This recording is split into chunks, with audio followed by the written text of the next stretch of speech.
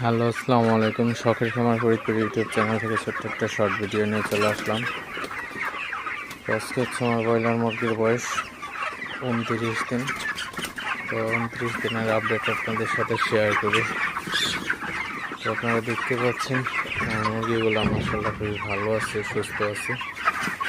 তো সকালবেলায় হচ্ছে আমি পানি দিয়ে দিলাম। তো পানি দিছি হচ্ছে আপনার রেনামক্স ভেট দিয়ে। তো 1 লিটারে 1/2 গ্রাম পাউডার দিয়ে। তো যেহেতু একটু ঠান্ডার ভাব আছে সেক্ষেত্রে রেনামক্স দিয়ে দিচ্ছি। এটা হচ্ছে অ্যামক্সিলিন গ্রুপের একটা অ্যান্টিবায়োটিক ওষুধ। তো এই ওষুধটা দিলে আসলে মুরগিগুলোর ঠান্ডা জনিত সমস্যা থাকলে কিন্তু মুরগিগুলো সুস্থ হয়ে যায়। তো আপনারা দেখতে পাচ্ছেন মুরগিগুলো আসলে